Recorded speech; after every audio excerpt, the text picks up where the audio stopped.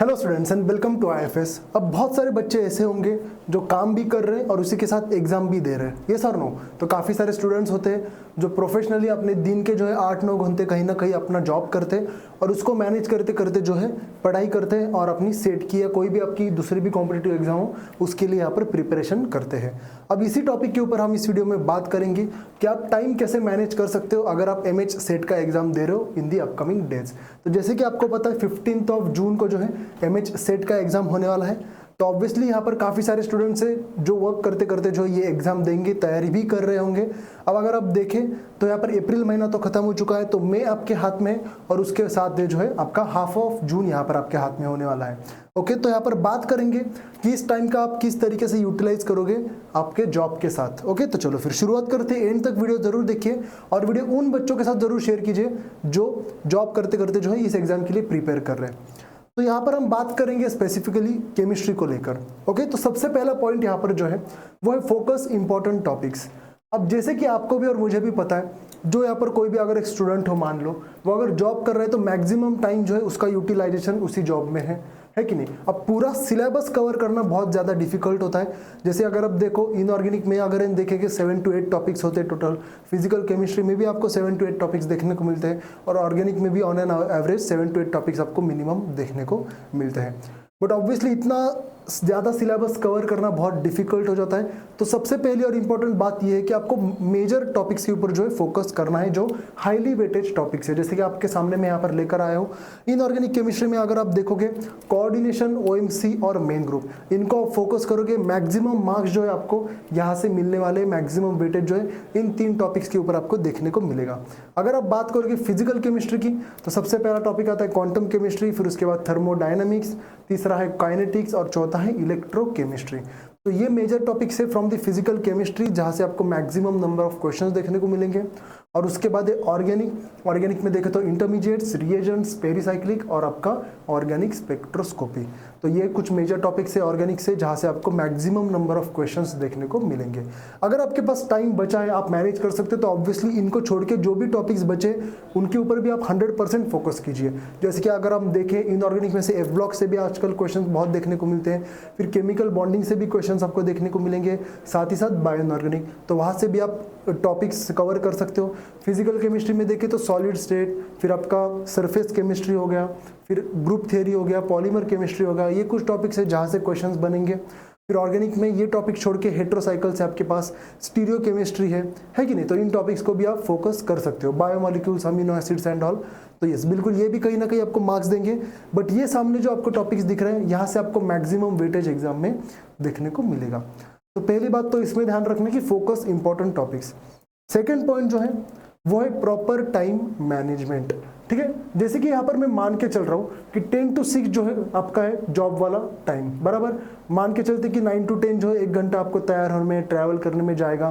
फिर उसके बाद जब आप शाम को आओगे तब वो भी आपका एक मी टाइम होता है, जहाँ पर आपको हाउस होल्ड कोर्स वगैरह भी करने होते हैं। तो उसको ध्यान में रखते समय यहाँ पर मैंने थोड़ा सा एक एनालिसिस लेकर आया हूँ कि जैसे मान लो सुबह का समय है आपके पास 7 to 9 AM, ये टेंटेटिव है, आप इसको बहुत ज़्यादा चेंज कर सकते हो। ठीक है, मैंने कुछ आइडियल चीज़ें नहीं लाई कि इसको ही फॉलो करना है, नहीं, आप अपने हिसाब से भी टाइम मैनेज या आपका जो शेड्यूल है वो आप प्लान कर सकते हो। बट अगर देखें तो 7 to 9 जो सुबह का एक समय है, वहाँ पर आप टाइम दे सकते हो अपने पढ़ाई के लिए या मान लो रिवीजन के लिए, क्योंकि अभी अगर हम देखें यहाँ से 1-1.5 महीना ही आपके हाथ में, तो ऑब्वियसली हम एक्सपेक्ट कर रहे हैं कि अब आप रिवीजन कर रहे हो टॉपिक्स का। तो सुबह का जो समय है, सुबह के समय आपको पता है रिवीजन वगैरह ये चीज़ें बहुत अच्छे से होती है। तो सुबह का समय आप 7 to 9 AM किसी एक टॉपिक को रिवीजन के लिए दीजिए। फिर उसके बाद जो है ऑब्वियसली आपका जॉब का टाइम होगा, जहाँ पर भी आप जाओगे वहाँ पर आपका 8 to 9 आवर्स का आपका जॉब होगा।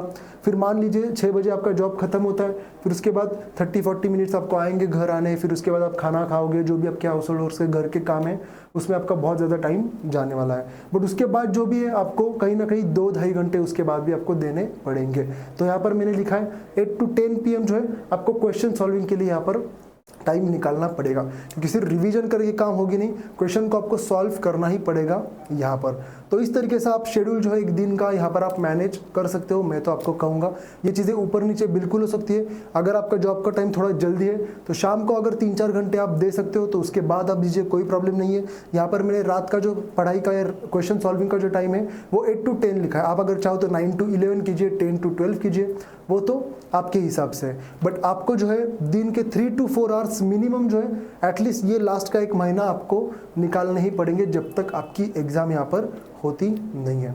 ओके, तो 4 to 5 आवर्स आपको कुछ भी करके यहाँ पर प्लान करना पड़ेगा। तो प्रॉपर टाइम मैनेजमेंट यहाँ पर बहुत ज़्यादा इंपॉर्टेंट है। और लास्ट यहाँ पर एक पॉइंट मैं आपको कहना चाहूँगा, वो है सेट क्लियर गोल्स।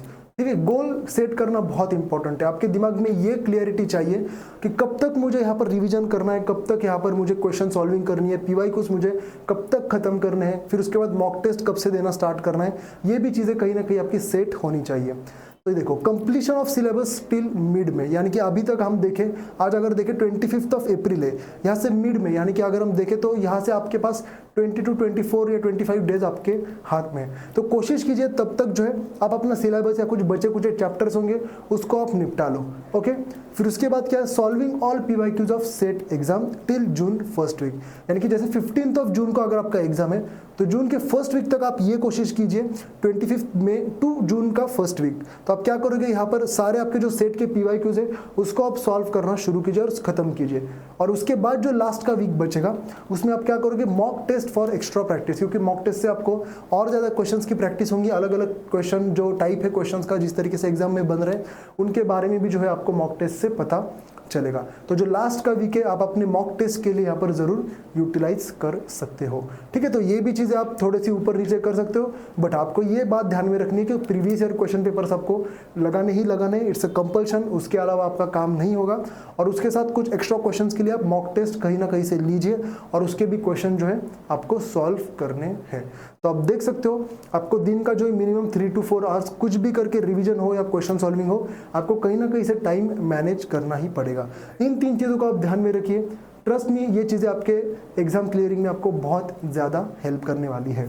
ठीक है, तो यस, जाते जाते यहाँ पर मैं आपको बता दूँ, महाराष्ट्र सेट के लिए यहाँ पर रिकॉर्डेड कोर्सेज भी अवेलेबल है और उसी के साथ टेस्ट सीरीज भी अवेलेबल है। कूपन कोड जो है यहाँ पर है आपका IFS 70। तो प्राइस भी आप देख सकते हो, 3749 is the price for the recorded course and 999 is the price for your test series. तो जो मॉक टेस्ट में बोल रहा था वही ये टेस्ट सीरीज, जहाँ पर आपको अलग अलग क्वेश्चंस आपको प्रैक्टिस के लिए मिलने वाले हैं। और कोई अगर स्टूडेंट जेके सेट का अगर एग्जाम दे रहा है तो ऑब्वियसली उसको भी यहाँ पर टेस्ट सीरीज सिर्फ 99 रुपीज़ में मिल रही है। तो IFS 30 is the coupon code, flat 30% of जो है आपको यहाँ पर इस टेस्ट सीरीज के ऊपर मिल रहा है। Okay, so all the best for your preparation and happy learning.